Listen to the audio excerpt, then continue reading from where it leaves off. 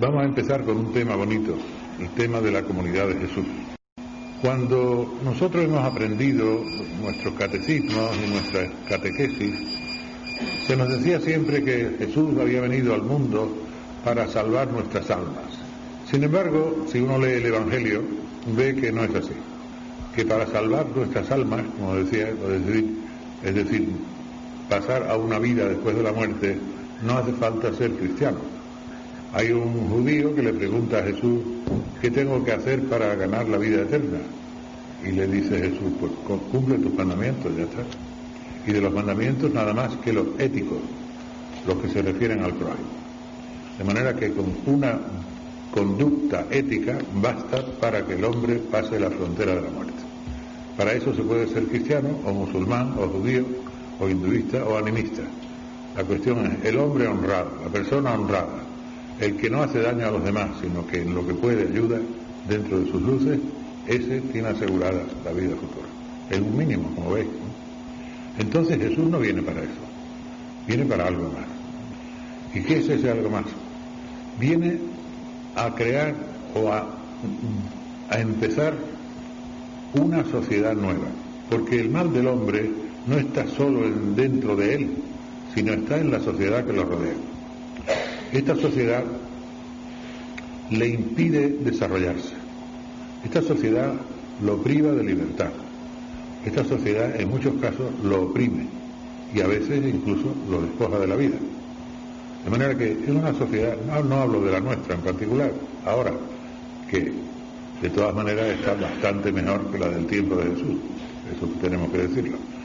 Pero en general, sobre todo en las sociedades antiguas, despóticas, todas, o casi todas, pues teníamos esta situación.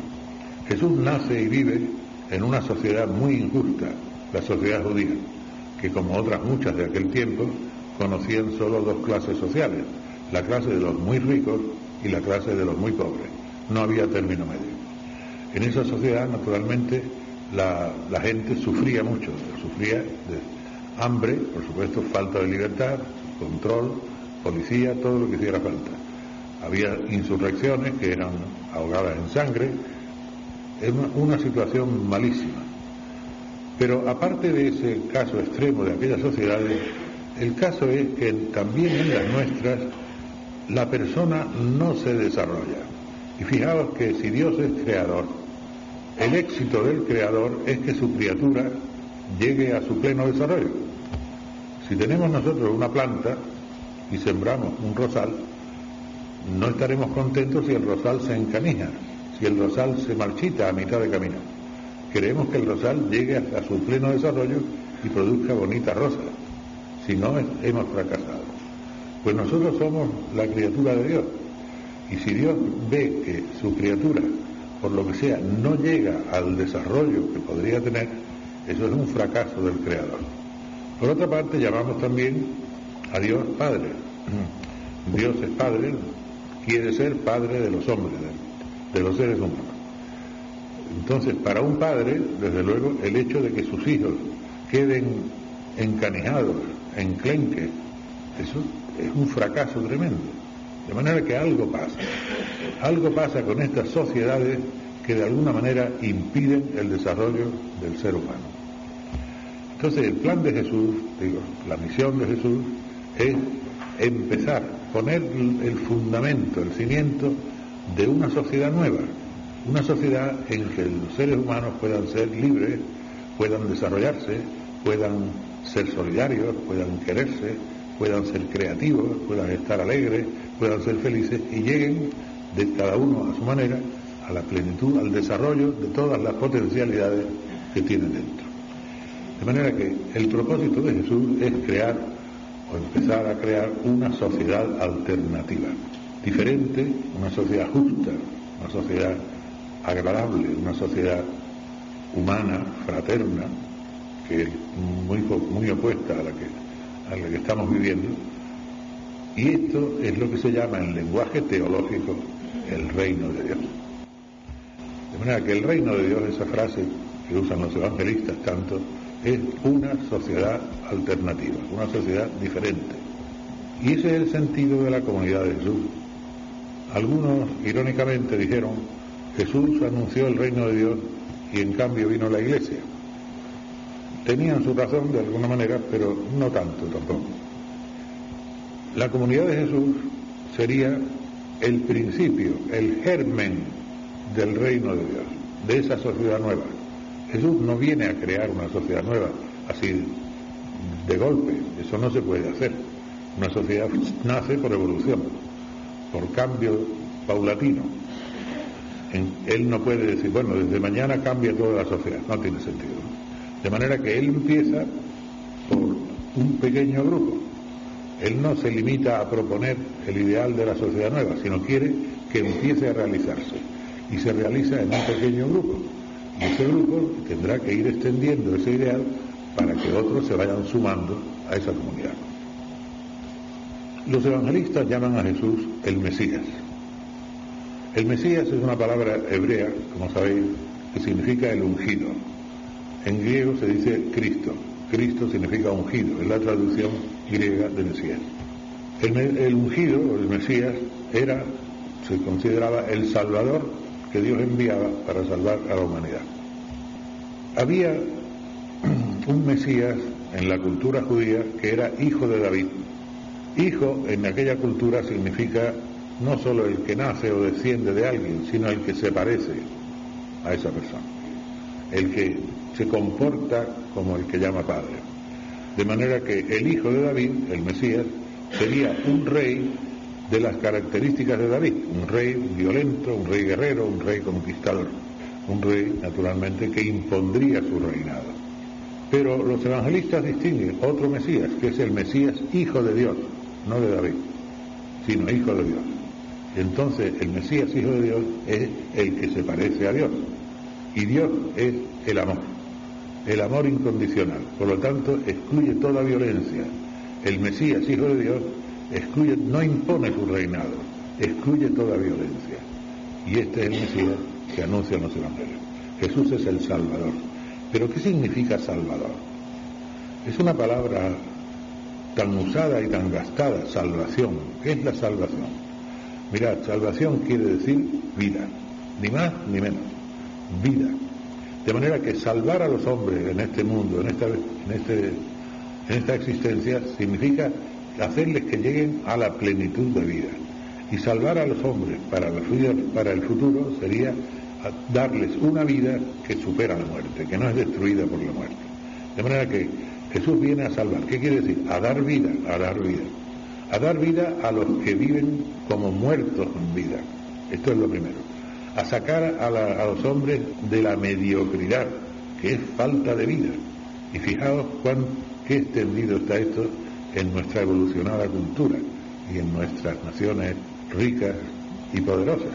La mediocridad, que la gente se conforma con nada, con no crecer, que mucha gente se dedica a la futilidad, a la frivolidad, a la tontería, y no maduran como seres humanos.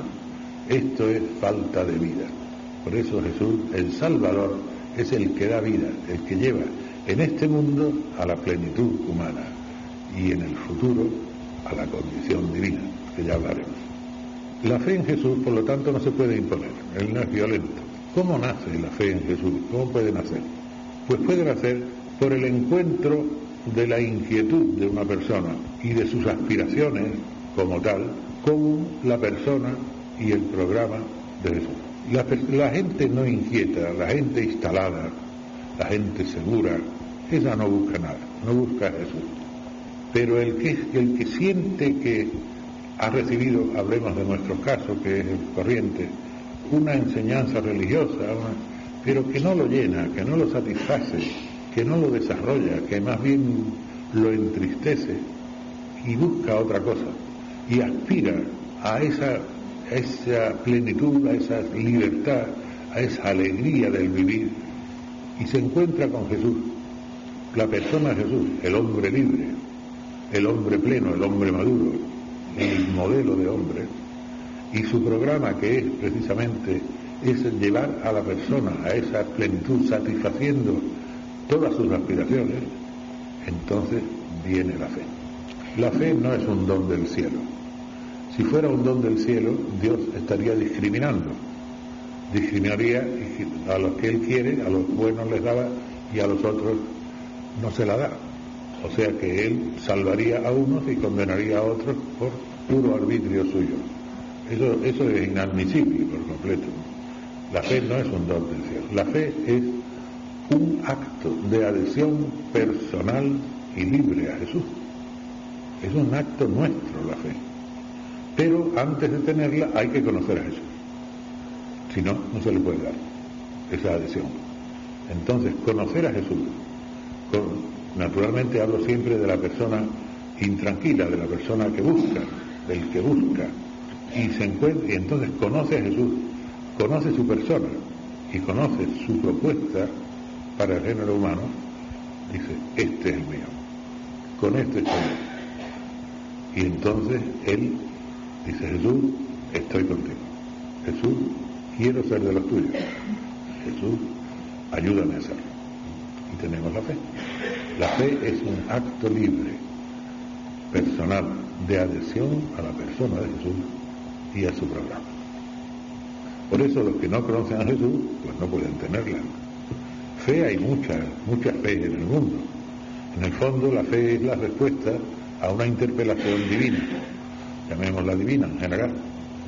Pues interpelaciones divinas ha habido muchas en la historia. No, evidentemente el pueblo judío tuvo una interpelación divina, que está ahí cristalizada en sus escrituras.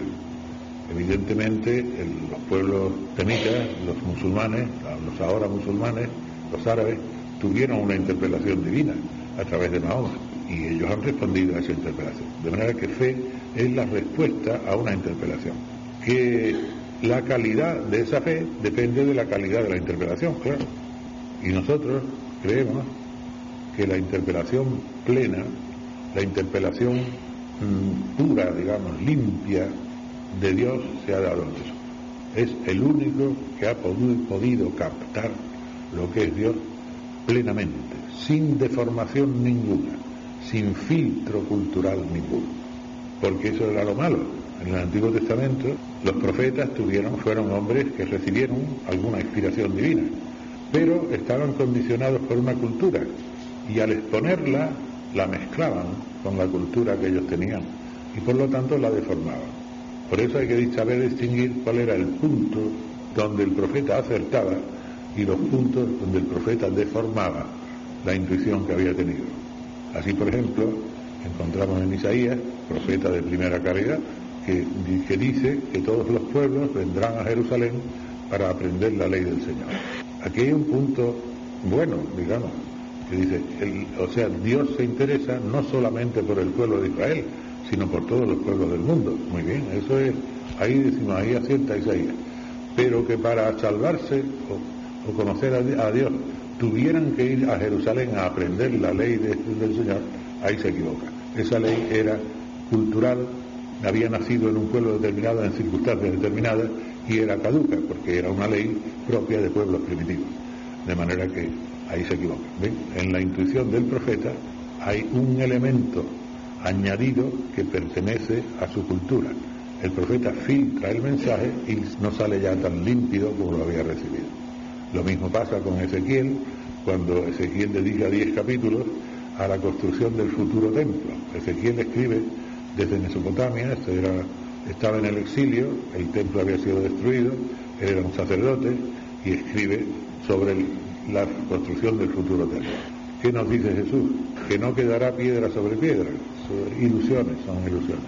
Otros profetas sobre el Mesías, hijo de David, que restaurará la gloria de Israel mediante la violencia y la conquista y someterá a los pueblos paganos.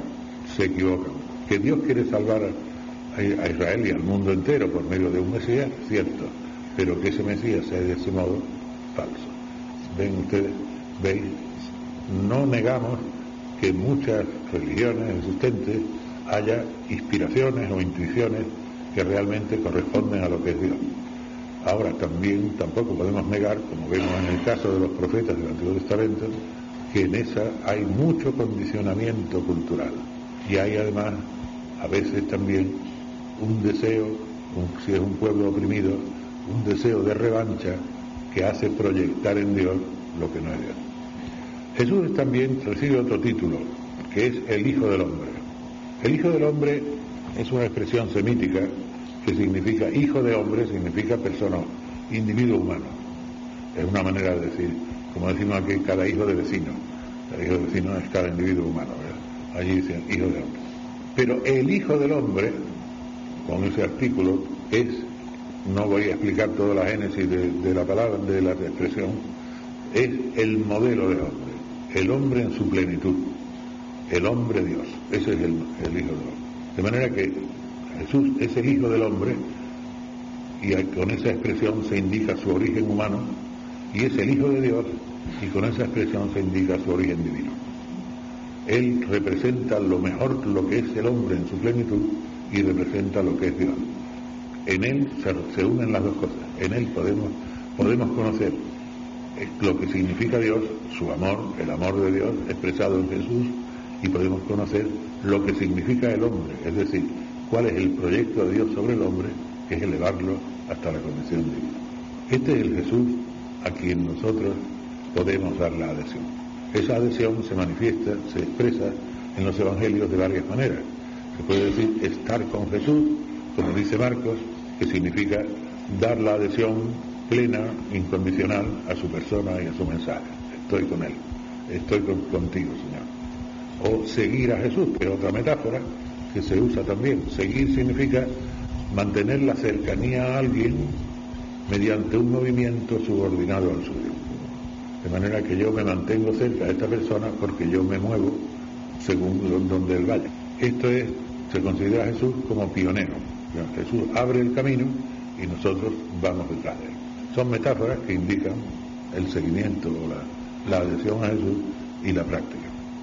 Entonces Jesús, como quiere poner el fundamento, Él no funda una sociedad nueva, poner los fundamentos para una sociedad nueva, entonces empieza por crear un grupo de gente donde los principios o la manera, el modo de proceder de esa sociedad nueva sea ya visible. Él no habla solamente de teoría, sino Él quiere que esa nueva manera de ser, esa nueva sociedad, se encarne ya en un grupo humano, para que empiece a ser visible la nueva posibilidad. ¿Y cuáles son las características de esta nueva sociedad? En primer lugar, Jesús pone como condición indispensable para toda sociedad nueva, para el desarrollo personal del hombre y de la sociedad, la libertad. Palabra sagrada en nuestra época, ¿verdad? Y palabra también perseguida en nuestra época a veces. La libertad. Si el hombre no es libre, no puede desarrollarse. Y si no puede desarrollarse, no podemos tener ni persona ni sociedad nueva. ¿Qué significa ser libre? Ser libre significa que no hay nadie que dirija mi vida, que yo soy dueño de mi vida. Eso es ser libre. Yo no tengo que subordinar mi manera de proceder al parecer de nadie. Subordinar, digo. Otra cosa es que yo no pueda consultar, que yo no pueda tomar consejo, que yo no pueda confrontar con otras personas. Pero en el fondo yo soy responsable de mi vida. No solamente soy dueño, es que soy responsable de mi vida. A ver qué hago con ella. Si no hay esa libertad profunda, no hay posibilidad de desarrollo humano. Pero notemos que hay dos clases de libertad. Hay una libertad de y una libertad para. Libertad de: yo estoy libre de cadenas, estoy libre de prejuicios, estoy libre de enfermedades, estar libre de algo. Es decir, he dejado atrás ahí los males que antes me afligían. ¿Y ahora qué, hijo? Y ahora suelto allá como estoy, ¿qué hago? No puedo quedarme ahí. Necesito una libertad para. ¿Para qué? ¿Para qué soy libre? Y ahí es donde Jesús entra. Primero Él libera de las cadenas. ¿Cuáles son las grandes cadenas? Las grandes cadenas son las ideologías, las ideas que nos han metido en la cabeza. Eso es lo que nos impide ser nosotros mismos, nos impide pensar, reflexionar, llegar a conclusiones por nosotros mismos. Las ideologías son mortales y por eso Jesús lo que combate precisamente, una de las cosas que combate en su vida es la ideología religiosa judía. Y él, donde aparecía Dios, esa ideología, Dios es el Dios de la ley, es el Dios que exige, el Dios que impone unos mandamientos, una ley, unos preceptos, unas costumbres, unos ritos, unos cultos, y todo es impuesto. Y entonces el hombre no tiene más remedio que bajar la cabeza y aceptar todo eso. Al hombre le toca obedecer, a Dios le toca mandar. Jesús no admite esto en absoluto. Fijaos, hay una enorme diferencia entre el Antiguo Testamento y el Nuevo, y el Evangelio, digamos. En el Antiguo Testamento el hombre debe obedecer a Dios. En el Nuevo Testamento el hombre no debe obedecer a Dios, debe parecerse a Dios. En el Antiguo Testamento el hombre es siervo, y el siervo baja la cabeza y obedece. En el Nuevo Testamento el hombre es hijo, y el hijo no ya obedece al padre, sino por amor al padre hace lo que al padre le gusta. Y su ideal es, su propósito es parecerse a su padre. Se trata de ese padre, claro, del Padre Celeste, de Dios Padre, ¿no? Parecerse a su padre. ¿Y en qué se parece? Se parece en el amor, porque fijaos, de Dios no sabemos casi nada. Esa realidad que llamamos Dios es totalmente desconocida para nosotros. Es una realidad de un orden tan distinto. Nosotros vivimos en un mundo de sensaciones, de sentidos, de tiempo, de espacio. Todo eso es nuestra manera de percibir una realidad que es completamente diferente. En ese otro plano de realidad que no podemos ni imaginar, ahí está Dios, o eso es Dios. Lo único que conocemos de Dios es de esa entidad, digamos, infinita, porque pongamos los adjetivos que queramos, inmensa, infinita, increíble, etc. Lo único que conocemos de él es que su relación con el ser humano es una relación de amor. Esto es lo único claro. Por eso el nombre que se le aplica es el de Padre. Padre es aquel que por amor comunica su propia vida. Pues Dios es Padre, es decir, esa entidad tremenda que no conocemos ni que no podemos ni imaginar, su relación con el ser humano es la de que por amor le comunica no vida en general, sino su propia vida. Este es nuestro Dios. Entonces, ahí tenemos la libertad. El hombre tiene que ser libre. ¿Para qué? Libre para comunicar vida como el Padre.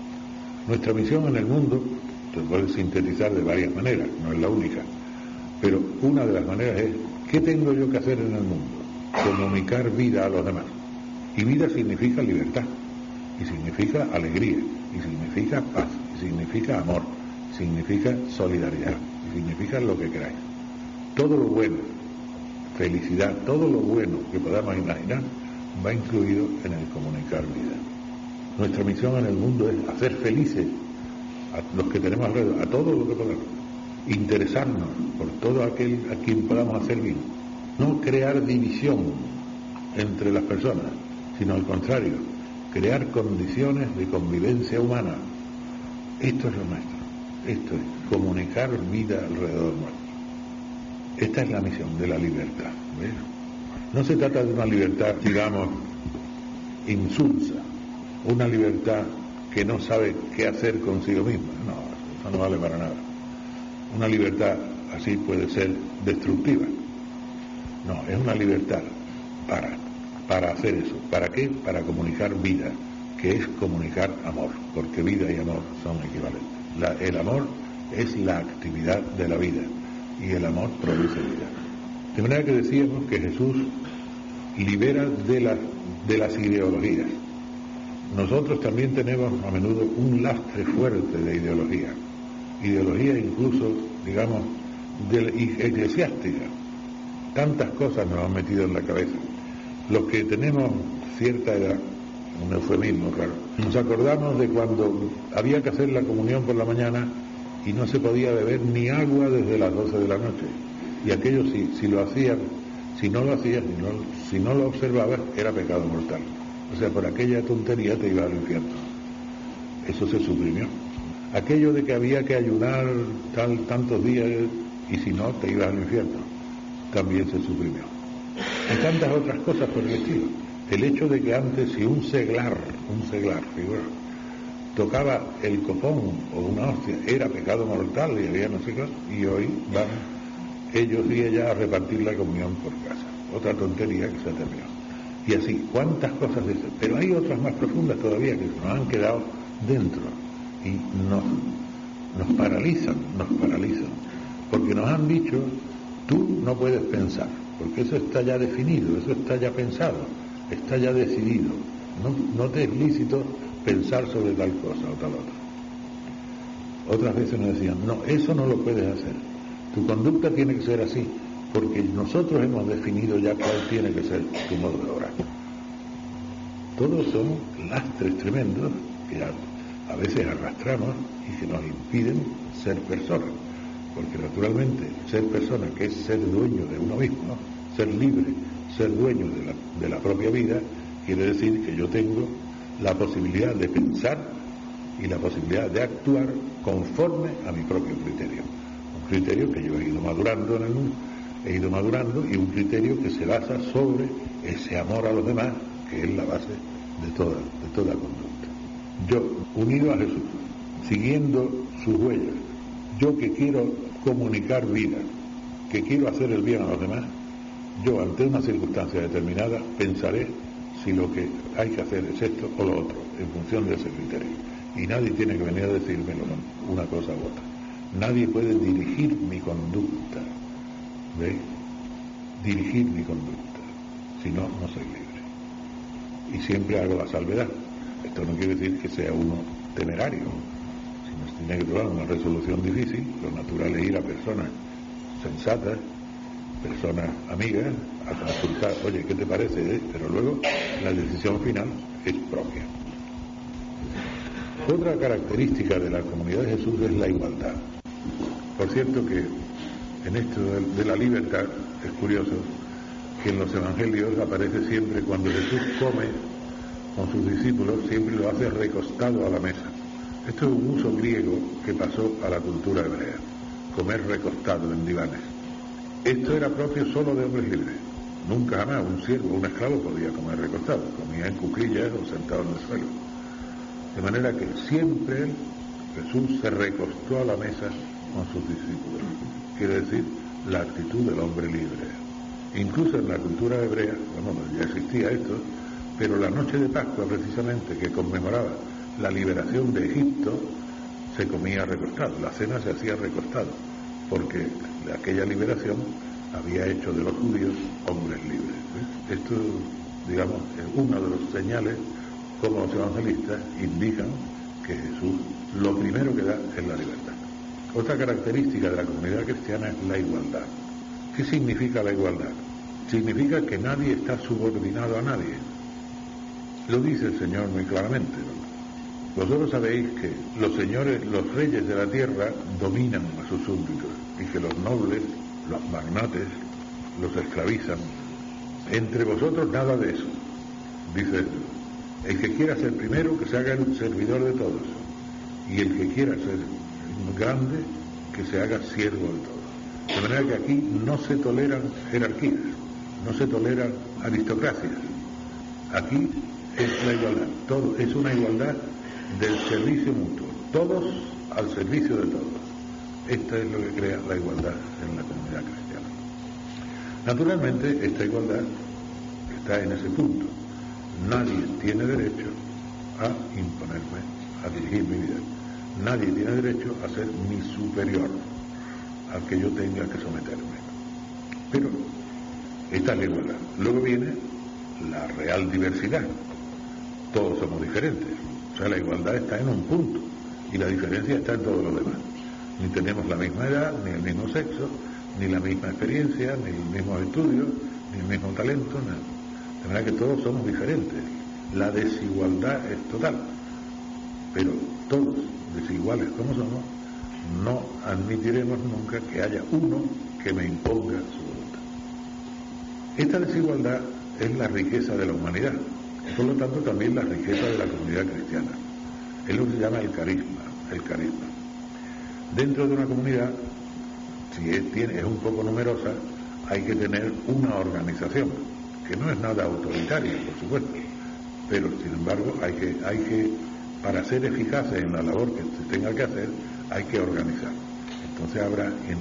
Entonces viene el carisma, ¿ves? El carisma es un don natural, que se queda potenciado por el Espíritu, y entonces se pone al servicio de los demás. Y ese carisma puede ser, por ejemplo, el carisma del apóstol. Una persona, por ejemplo, que tiene gran facilidad de trato con la gente, que atrae mucho, que es capaz de formar grupos. Esta persona, si pone eso al servicio de esta misión de Jesús, de comunicar vida a los demás, crea comunidad. Este es el apóstol. Un don natural, potenciado por el Espíritu y puesto al servicio de la misión.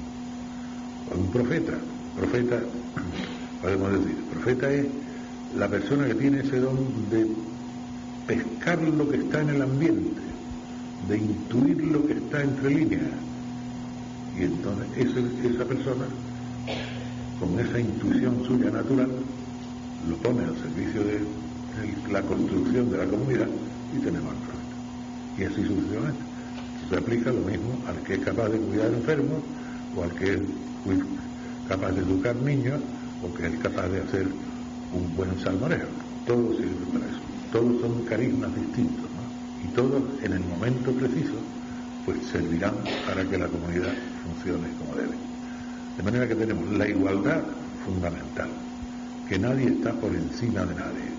Ya ves tú, ya os he dicho que en el Nuevo Testamento, en el Evangelio, nos dice que no tenemos que obedecer a Dios. Dios no se pone por encima del hombre, sino parecernos a Él. Y esto lo demuestra Jesús en el lavado de los pies, que aparece en el Evangelio de Juan. Lavar los pies era un servicio que se hacía al padre de la familia, o a una persona distinguida como deferencia, pero siempre a un hombre libre, siempre. Nunca se lavaba los pies a un esclavo ni a un siervo. Era un señor distinguido, a un señor. Entonces Jesús, que es el Señor significa el hombre libre por excelencia. Eso significa Señor. No es el que tiene súbditos por debajo de sí, sino el que no tiene a nadie por encima de sí. Ese es el Señor. Pues Jesús, el Señor, se ata un paño a la cintura y se pone a lavar los pies a los discípulos. O sea, Él hace de sus discípulos señores, ¿no? Con lo cual, Él les da la categoría de señores, porque tienen alguien que le lave los pies. Los pone a su altura. El propósito de Jesús, ve, en la igualdad, poner a sus discípulos a su altura. Pero Jesús, que es la presencia del Padre en el mundo, si Jesús se pone a los pies de los discípulos, significa que Dios está al servicio del hombre, como Jesús lo está, para potenciarlo, para levantarlo, para darle toda su estatura, para llevarlo a su plena realidad. Por lo tanto, Dios no se impone al hombre tampoco. Y esto tira abajo toda la antigua concepción de Dios. Que yo sepa, no hay ninguna religión en que Dios no haya aparecido como el poderoso, el todopoderoso. La característica principal de Dios era su poder. Y Jesús nos dice, eso es falso. La característica principal de Dios es su amor, no su poder. Él se pone al servicio, Dios mismo, porque Jesús es su presencia, al servicio del hombre para levantarlo. No se impone al hombre. Con lo cual, toda tiranía de este mundo, que se había inspirado siempre en la imagen de Dios, fijaos, el emperador bizantino se llamaba el vicario de Dios. ¿Por qué? Porque si Dios es el todopoderoso, el que domina cielo y tierra, el emperador es su representante más claro. Él tiene derecho de vida y muerte sobre sus súbditos, domina cielo y tierra, domina la tierra.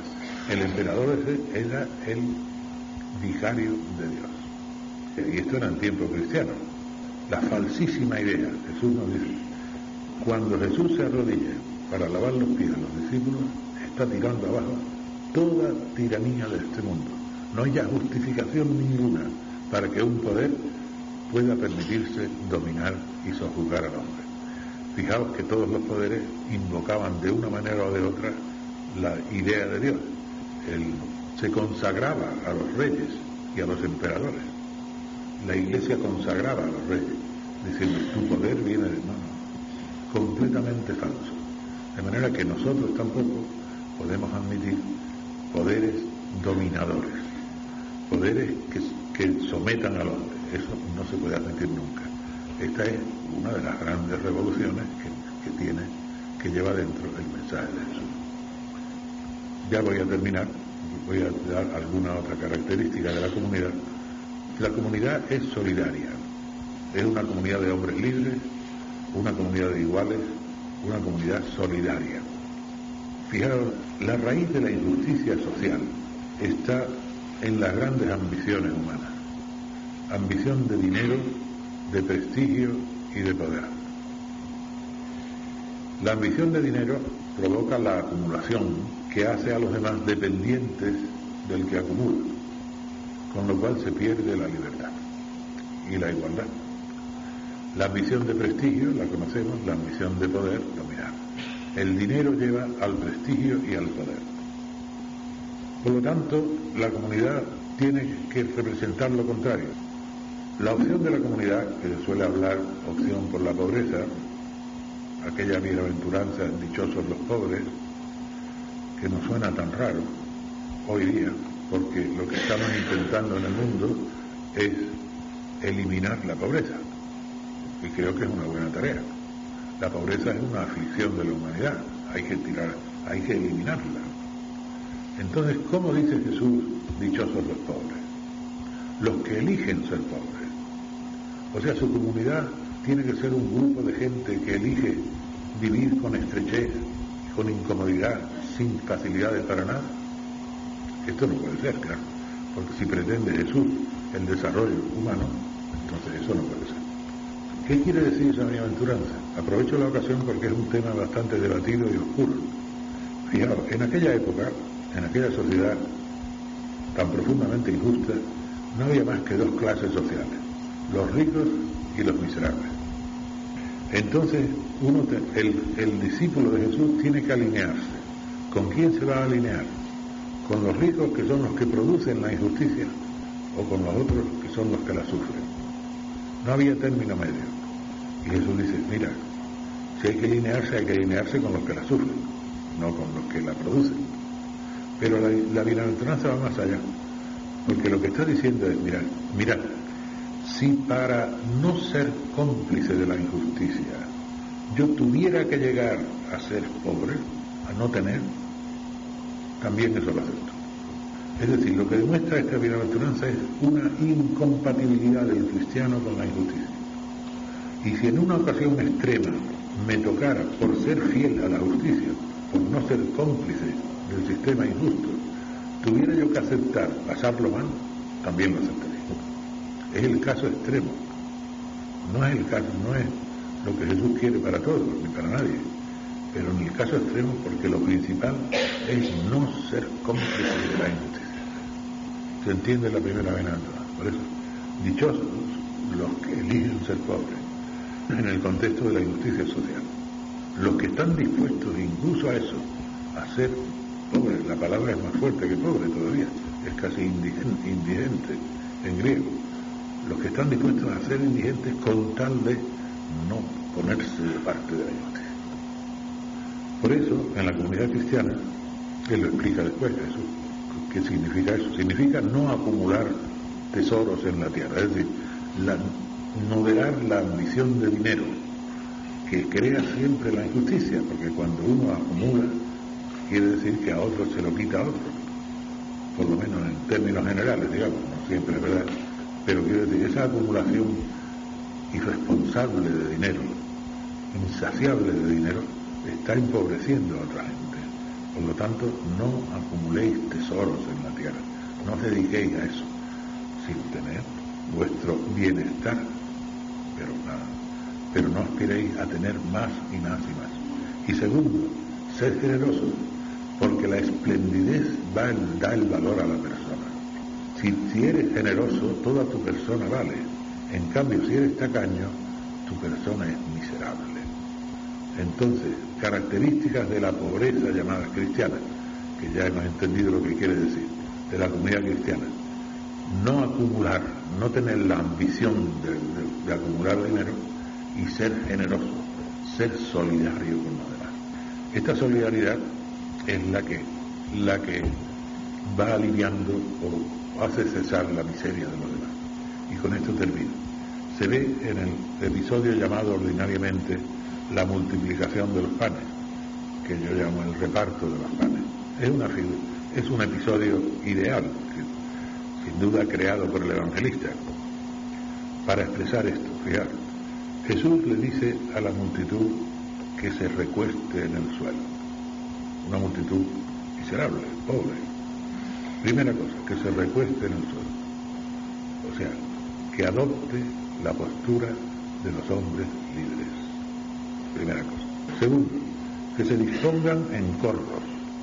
El corro es una estructura informal, donde no hay número determinado ni presidencia, un corro. O sea, la igualdad. Y tercero, reparte los panes. Todo lo que tenía el grupo de discípulos, Jesús lo reparte. Tenían, simbólicamente, 5 panes y 2 peces. Reparte los 5 panes y 2 peces. Y con eso todos comen hasta saciarse. ¿Qué quiere decir? El compartir crea la abundancia. Recogen 12 cestos de sobra. 12 es el número de Israel. Dice, si hay solidaridad y se comparte lo que hay, se acaba el problema del hambre en Israel. ¿Veis?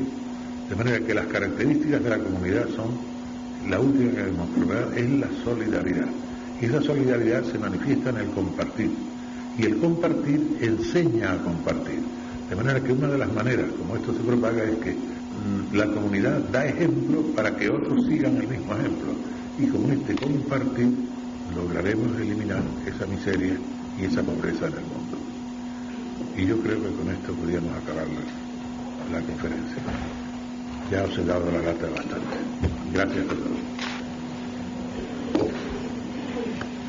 En el aula de religión tenemos la costumbre de, después de exponer el conferenciante, que se hagan las preguntas que se estimen pertinentes, dispuestas, pues bueno, a aclarar o a refutar, cosa difícil. Y en este caso, en fin, cualquier cosa que ustedes estimen. Por lo tanto, tienen la palabra, un tiempo prudencial para que hagan alguna pregunta. Caballero. Y la salvación que trae Jesús se basa en una sociedad, y esa sociedad nueva se basa en igualdad, se basa en libertad y se basa en solidaridad. Realmente, a nivel tangible, ¿dónde se vive eso? ¿Qué sociedad con vivencia actual está basada en esas cosas que teóricamente son muy verdad, pero parece que le falta efectividad? Que es el problema. Gracias. Ha dicho una frase que no es del todo exacta. La salvación de Jesús se basa en la comunidad. No, hay una que es personal y otra comunitaria. Es decir, cada persona va madurando, va adquiriendo su propia plenitud. Esa es la salvación individual de cada individuo. Y luego la comunidad como tal, entonces esa es la que procura crear ese reino de Dios, esa sociedad nueva, ir propagando esa vida. Pues tiene toda la razón. ¿Sí? ¿Dónde se encuentra eso? Eso mismo me pregunto yo. Pero, fijaos, si no podemos alcanzar el ideal, por lo menos podemos dar pasos hacia él. Lo que hemos dicho antes, crear condiciones de convivencia humana, donde quiera que estemos, sin etiquetas cristianas ni nada, no hace falta, sino ir mejorando el trato entre las personas, favoreciendo la paz, la concordia, el entendimiento. Ya eso, aunque no lleguemos a esta comunidad ideal, ya están dentro del ámbito del Evangelio.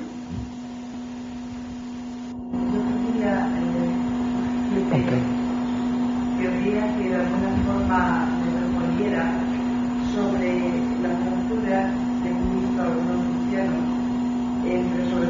sobre todo no ahora, en épocas pasadas, porque ya estamos en el estado profesional, entre esa postura individual, ese proyecto personal y el que ha postulado en general la jerarquía católica, que muchas veces se confrontaba. Me refiero, para poner un caso de nuestra historia pasada, cómo articular ese proyecto de justicia, de igualdad, ese enriquecimiento espiritual en el sentido amplio del término, y un Estado como hace 30 años en día en España, un Estado profesional, donde ahora que estamos en época de declaración de la renta, ni siquiera se hacía la declaración de la renta, lo de compartir, no sé en qué sentido se utilizaba, lo de la solidaridad tampoco, y por hablar de la justicia o de la libertad. Sí, no tiene justificación posible. Ya creo que es inútil hurgar en la herida, ¿no? Porque ya todos sabemos que una jerarquía que levantaba el brazo, como lo hemos visto en fotografías, diciendo viva Franco, pues claro, eso no tiene justificación posible. Digamos, son cosas vergonzosas, ¿no? Que por miedo, por intereses, por lo que sea, pues se llevó a eso. Desde luego, las estructuras eclesiásticas, pues, son cosas que habría que repensar todo eso.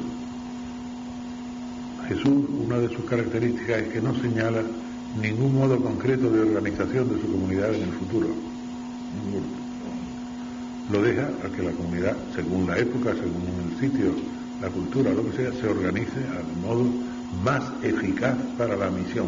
Eso es lo único que importa. La comunidad cristiana no vive para ella misma, vive para propagar esa experiencia y esa vida en el mundo. Por lo tanto, ¿cómo se organiza? De la manera más eficaz para esa misión. Se ha terminado.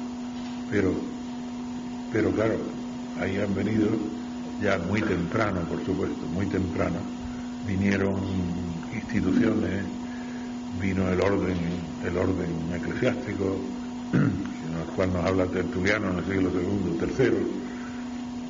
Existían dos órdenes romanos, el orden senatorial, los aristócratas del dinero y de la nobleza, y el orden ecuestre, que era el de los militares, y luego venía la plebe, que era el pueblo insignificante. En la Iglesia, que tenía el ideal de igualdad, no podía existir eso, y sin embargo, en el siglo II se crea el orden eclesiástico, que ya divide la igualdad dentro de la Iglesia, ya la destruye, ya hay una serie de dirigentes y la plebe cristiana. Fijaos que no hablo de plebe cristiana de memoria. Si vais a Roma y veis en Santa María Mayor el Arco de Triunfo, pone allí, hay un medallón donde dice Christus Episcopus Plebi Dei. Cristo, el obispo de Roma, el Papa, para la plebe de Dios, el pueblo de Dios. Plebs era el término romano para indicar a aquellos que no tenían privilegios. De manera que todo eso habría que pensarlo, pero está tan solidificado que realmente lo que se puede hacer, nosotros por nuestra cuenta creamos otra clase de relaciones. No podemos combatir una estructura, ni es cosa nuestra combatirla, sino crear una nueva clase de relaciones humanas donde la gente vaya viviendo de otro modo. ¿De acuerdo? Quería yo, no obstante, en este mismo tema, a ver qué opinaba usted, si está bien claro que a nivel de estructuras, pues como se ha dicho, desde muy tempranamente pues se crean unas estructuras que desde luego no favorecen, es más, van en contra de estos valores.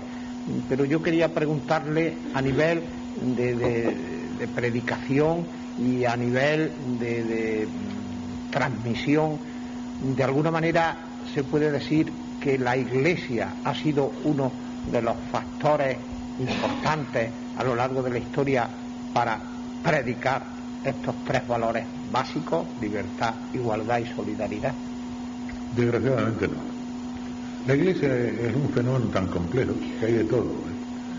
Uno puede denostar a la Iglesia por sus innumerables defectos y puede admirarla por sus clarísimas virtudes, porque evidentemente dentro de la Iglesia, que somos todos, no solamente la jerarquía, sino todos, se hacen cosas buenísimas y hay gente entregadísima al bien de la humanidad, está claro. Por otra parte, si miramos desde otro punto de vista, es un abuso de poder increíble, ¿no? Insoportable. En conjunto, por lo menos desde la época moderna, de la época medieval, la Iglesia no ha favorecido ni la igualdad ni la solidaridad. La solidaridad sí, hasta cierto punto, porque recomendaba por lo menos de una manera elemental dar limosna y cosas así. Pero la igualdad y la libertad, nada, en absoluto. La ha oprimido siempre. Y vamos, por eso, cuando llegó la Revolución Francesa y enunció aquellos tres principios, la Iglesia se horrorizó.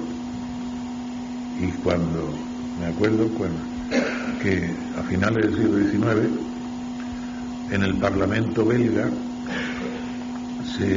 se propuso un proyecto de ley en el que se decía que todos los ciudadanos eran iguales ante la ley. Y Roma, el Vaticano, prohibió a los diputados católicos votar a favor de ese proyecto de ley. De manera que estaba en contra de la igualdad. Siempre estaba, la nobleza tenía sus derechos indiscutibles y el pueblo no tenía esos derechos, y esa distinción había que conservarla siempre. Era la unión famosa entre el trono y el altar. Las clases privilegiadas de un lado y de otro se defendían contra las aspiraciones del pueblo. O sea, eso no se ha hecho, ni se hace todavía, desgraciadamente. Entonces, un poquito ha ocurrido eso que usted decía, ¿no? Que me parece, creo yo haber leído, que es verlo así, que esperábamos el reino de Dios y ha venido la Iglesia. Sí, lo que pasa es, claro, es verlo así, sí. Pero es muy duro eso, ¿eh? Es muy duro, sí, es muy duro. El sacramento de la confesión, ¿cómo se entendía entonces? ¿El sacramento de la confesión, dice? Sí. No se entendía porque no había. El sacramento de la confesión, la confesión auricular, esta de boca a oído, aparece en el siglo VI. No es cosa instituida por Jesús, no tiene nada que ver con la Iglesia primitiva. Fueron los monjes irlandeses, con San Columbano y compañeros, que vinieron a Europa cuando la invasión de los bárbaros. Los bárbaros eran positivamente bárbaros. O sea, aunque decían que se habían bautizado así en masa, no tenían, no digo ya principios cristianos, sino de principios éticos de ninguna clase. Y entonces estos monjes, para educarlos y darles al menos unos principios éticos elementales, no cristianos, sino precristianos, empezaron a poner la confesión auricular. Y entonces tenían sus tablillas, donde había, en la parte izquierda estaban los pecados, siempre eran asesinatos, adulterios, robos, saqueos, homicidios, etcétera, y en la parte derecha las penitencias correspondientes a porque los curas eran muy bárbaros también, como eran del pueblo, pues a un asesinato 40 años de ayuno, al otro, en fin, digo un poco así en caricatura. Y entonces llegaba el bárbaro y el cura le decía: ¿y tú cuántos asesinatos has cometido? 7. 210 años de ayuno. Eso quizá fue una cosa inteligente para civilizar un poco a aquellos enormes bárbaros, aquellos tremendos bárbaros. Darles un sentido moral elemental, es decir, hacerles distinguir lo que era bueno y lo que era malo. Pero claro, perpetuar eso ya para otras, eso no tiene. Vamos, no se puede justificar fácilmente. Si la fe no es un don de Dios, si me parece que es un producto elaborado por la persona que la posee. La fe. Sí. No. La fe es una respuesta a una invitación, a una interpelación. a una interpelación. Pues, claro, me chocaba lo que habla en Efesios, que dice que el Señor nos escogió desde antes de la fundación del mundo. Entonces, vería ahí un poco de diferencia. Dios elige a toda la humanidad y a todos le ofrece su amor, la posibilidad